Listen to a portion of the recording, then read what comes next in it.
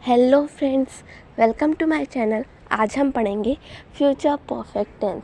Future perfect tense ये use होता है जब हम कहते हैं कि हम कोई फ्यूचर में कोई काम कर चुके होंगे, हम वहाँ पे जो है फ्यूचर परफेक्ट टेंस का यूज़ करते हैं।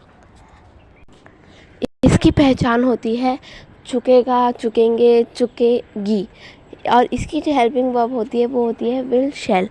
यहाँ पे हम विल सबके साथ लगाते हैं और शैल सिर्फ हमारा आई और वी के साथ ही लगता है, बट शैल का यूज़ बहुत ही ज़्यादा कम होता है। नेक्स्ट, अब हम देखेंगे इसके कुछ रूल्स जो कि सेंटेंस बनाते वक्त हमें बहुत ज़्यादा ध्यान में रखना है ताकि हमारा सेंटेंस एकदम एक्यूरेट बने एक ही बार में। जैसे कि हमारा पॉजिटिव सेंटेंस मतलब नॉर्मल सेंटेंस के लिए रूल होता है हमारा subject plus will, shell plus have plus V3 plus object. यहाँ पे जो V3 है वो वर्ब की थर्ड फॉर्म को बताती है, क्योंकि ये एक फ्यूचर परफेक्ट टेंस है। परफेक्ट टेंस जहाँ पे भी आता है वहाँ पे हमेशा V3 का ही यूज़ होता है। नेक्स्ट, जब हमारा सेंटेंस नेगेटिव होता है तो हम वहाँ पे हमारा रूल लगता है subject plus will, shell plus not plus have plus V3 plus object. और जब हमारा सेंटेंस नेगेटिव होता है तो हमारा वहाँ पे रूल लगता है will, shell plus subject plus have plus V3 plus object. और जब वही सेंटेंस हमारा नेगेटिव हो तो वहाँ पे हमारा रूल लगता है will, shell plus subject plus not plus have plus V3 plus object. अब यहाँ पे मैं आपको एक बात बता दूँ, इंटरोगेटिव सेंटेंसेस दो टाइप्स के होते हैं। जैसे कि जब हमारे कुछ इंटरोगेटिव वर्ड्स जैसे कि क्या, क्यों, कैसे, कब, कहाँ, ये सारे वर्ड्स जब सेंटेंस के शुरुआत में आते हैं तो हम वहाँ पे यूज़ करते हैं विल, शैल वाला रूल। और जब यही सारे वर्ड्स सेंटेंस के बीच में आते हैं तो हम वहाँ पे WH फैमिली वाला रूल लगाते हैं। वो अभी आपको आगे एग्जाम्पल्स में पता चल जाएगा। नेक्स्ट है अब हमारा WH फैमिली वाला रूल, जो कि होता है WH family plus will, shell plus subject plus have plus V3 plus object. Next, जब हमारा सेंटेंस नेगेटिव हो तो उसके लिए रूल लगता है WH family plus will, shell plus subject plus not plus have plus V3 plus object. अब हम देखेंगे इससे रिलेटेड कुछ एग्जाम्पल्स जो कि आपकी इंग्लिश को और भी ज़्यादा इम्प्रूव करने में हेल्प करेंगे और आपको ये टेंस अच्छे से समझ में आ जाएगा। जैसे कि हमारा फर्स्ट एग्जांपल है, उसके आने से पहले मैं यह काम कर चुका रहूँगा। अब जब हम ये सेंटेंस पढ़े तो जो इसका जो ये लास्ट वर्ड है रहूँगा, ये हमें बताता है कि हम ये कुछ फ्यूचर की बात कर रहे हैं कि फ्यूचर में हम कोई काम कर चुके होंगे या फिर फ्यूचर में कोई काम हो चुका होगा, तो हम इसलिए इसको बोलते हैं फ्यूचर परफेक्ट टेंस। और ऐसे ही सेंटेंस में हमारा फ्यूचर परफेक्ट टेंस यूज़ होता है। अब हमें देखना पड़ेगा कौन सी फॉर्म है, पॉजिटिव, नेगेटिव या फिर इंटरोगेटिव। ये सेंटेंस जो है वो पॉजिटिव फॉर्म में, क्योंकि इसमें कोई भी नेगेटिव या फिर इंटरोगेटिव वर्ड का यूज़ नहीं किया गया है, इसलिए अब हमें देखना पड़ेगा अकॉर्डिंग टू रूल। सबसे पहले हम देखेंगे, सबसे पहले सब्जेक्ट है हमारा आई, उसके बाद हम लगाएंगे, यहाँ पे हम शैल भी लगा सकते थे लेकिन शैल का यूज़ बहुत ज़्यादा कम होता है, इसलिए हमने यहाँ पे विल लगाया, आई विल हैव। नेक्स्ट, अब हमारा V3 काम कर चुका होऊंगा, करना जो है हमारा यहाँ पे वर्ब है तो हम उसका V3 में लिखेंगे done this work before she Kemps. Next sentence है अब हमारा, जब तक आप घर पहुँचेंगे तब तक वह तैयार हो चुका होगा। अब जब हम ये सेंटेंस पढ़ रहे हैं तो इससे भी हमें पता चल जाता है जो चुका होगा, कोई काम फ्यूचर में हो चुका होगा, हम उसकी बात कर रहे हैं। और जब भी ऐसे कोई भी सेंटेंस आए तो हमें वहाँ पे हमेशा फ्यूचर परफेक्ट टेंस ही यूज़ करना है। अब हमें ये सेंटेंस भी पता चल गया, ये भी एक पॉजिटिव फॉर्म का सेंटेंस है, तो हमें रूल ध्यान में रखना है और सेंटेंस बनाना है। सबसे पहले अब हम देखेंगे इसका सब्जेक्ट जो कि होगा हमारा ही। नेक्स्ट विल हैव, उसके बाद अब हमारा V3 होगा हमारा यहाँ पे तैयार होना मतलब ड्रेस्ड। नेक्स्ट, अब हमारा object by the time you reach home. Next sentence है अब हमारा क्या, उसके आने से पहले मैं यह काम कर चुका रहूँगा।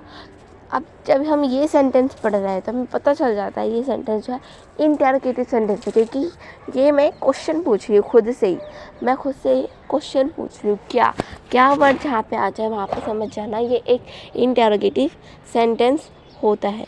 नेक्स्ट अब हम वो रूल ध्यान में रखेंगे, लेकिन मैंने आपको बताया था कि इंटरोगेटिव सेंटेंसेस 2 टाइप्स के होते हैं।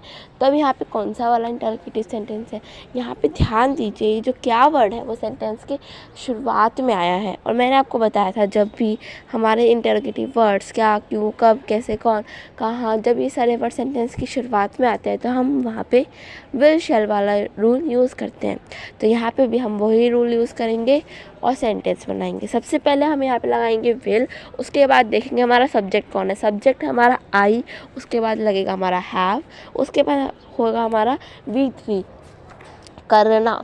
करना जो है यहाँ पे हमारी वर्ब है, इसलिए हम यहाँ पे लिखेंगे done and then object this work before she comes. अब जो है हमारा नेक्स्ट सेंटेंस है, क्या मेहमानों के आने से पहले वह घर पेंट नहीं कर चुकेंगे। अब जब हम ये सेंटेंस पढ़ें तो इसमें ये जो क्या वर्ड है उससे तो हमें पता चल जाता है ये जो सेंटेंस है वो एक इंटरोगेटिव सेंटेंस है। लेकिन ध्यान दीजिए इस सेंटेंस में नहीं वर्ड का भी यूज़ हुआ है, इसलिए हमारा इंटरोगेटिव नेगेटिव सेंटेंस है।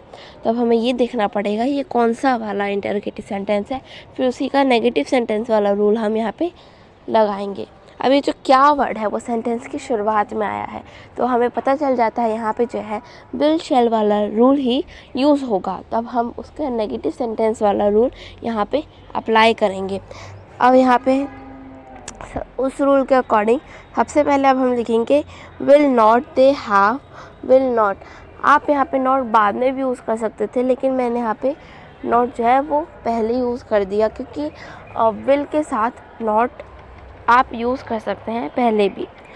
नेक्स्ट अब सबसे पहले हमने लिख दिया विल नॉट। अब अकॉर्डिंग टू रूल यहाँ पे हम लिखेंगे सब्जेक्ट जो कि होगा हमारा दे, उसके बाद आएगा हमारा हैव, उसके बाद V3 जो कि होगा painted the house and then हमारा object before the guest arrive.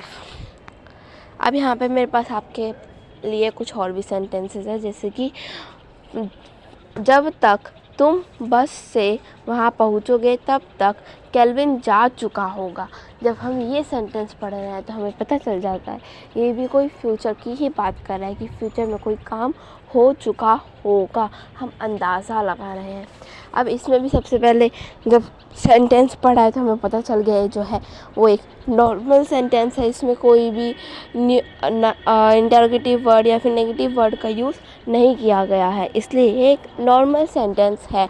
तो इसमें सबसे पहले अब हमें देखना पड़ेगा सब्जेक्ट कौन है। सब्जेक्ट है हमारा केल्विन, क्योंकि यहाँ पे केल्विन के बारे में बात हो रही है, जिसके बारे में बात होती है वही जो होता है हमारा सब्जेक्ट होता है, इसलिए हम यहाँ पे लिखेंगे केल्विन एज अ सब्जेक्ट। उसके बाद हम लगाएंगे विल हैव एंड देन हमारा V3 होगा हमारा यहाँ पे जाना, मतलब गोन, एंड देन हमारा object by the time you reach there by bus. Next sentence है अब हमारा उसने रात का खाना खा लिया होगा।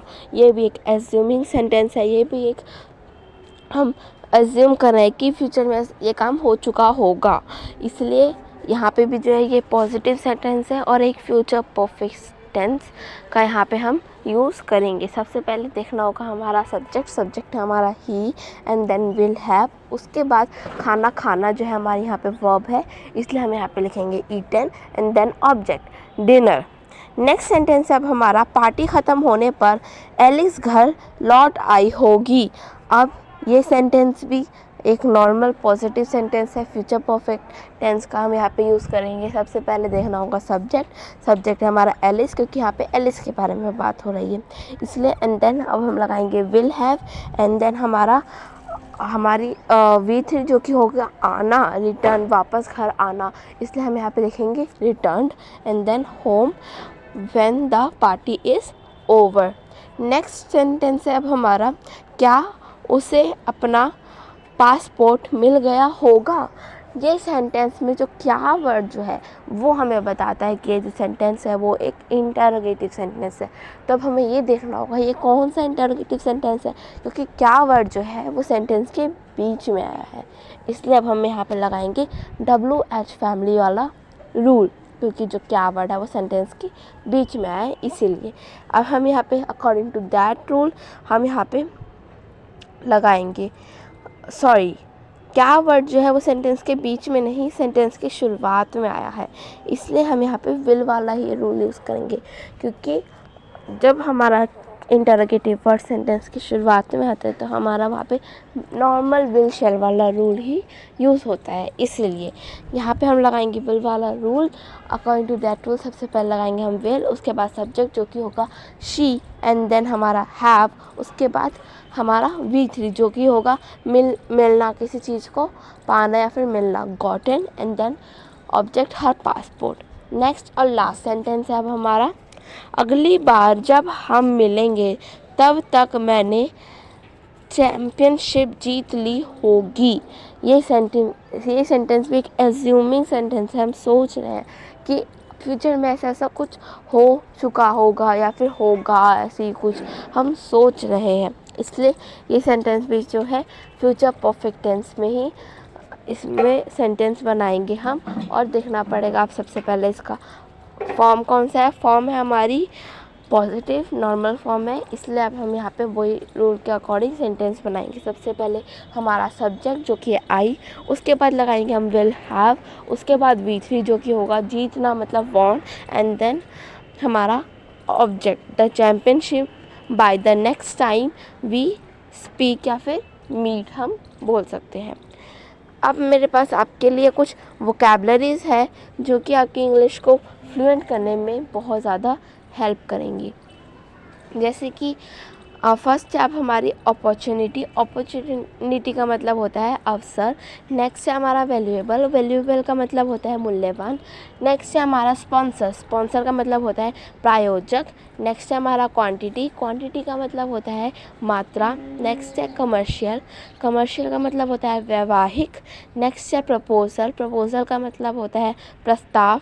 नेक्स्ट है इल्यूजन का मतलब होता है भ्रम, या फिर हम कुछ ऐसी वसम, हम कुछ इमेजिन करते हैं, कुछ हमें भ्रम लगता है कि हमें लगता है कि वो चीज़ वहाँ पे है लेकिन वो असलियत में वहाँ पे नहीं होती। नेक्स्ट है अब हमारा एजेंसी का मतलब होता है संस्था। नेक्स्ट है रिवेंज का मतलब होता है बदला। नेक्स्ट है हमारा वोर्थ का मतलब होता है लायक। नेक्स्ट है हमारा सेंसिटिव का मतलब होता है संवेदनशील। नेक्स्ट है हमारा इरिटेट का मतलब होता है जलन या फिर चिढ़ना। आई होप कि आपको मेरी ये वीडियो बहुत अच्छी लगी होगी। अगर आपको मेरी ये वीडियो अच्छी लगी है तो प्लीज़ मेरी वीडियो को लाइक करिए, मेरे चैनल को सब्सक्राइब करिए और इस वीडियो को और भी लोगों तक शेयर करिए ताकि वो भी फ्यूचर परफेक्ट टेंस आसानी से सीख सकें। Thank you.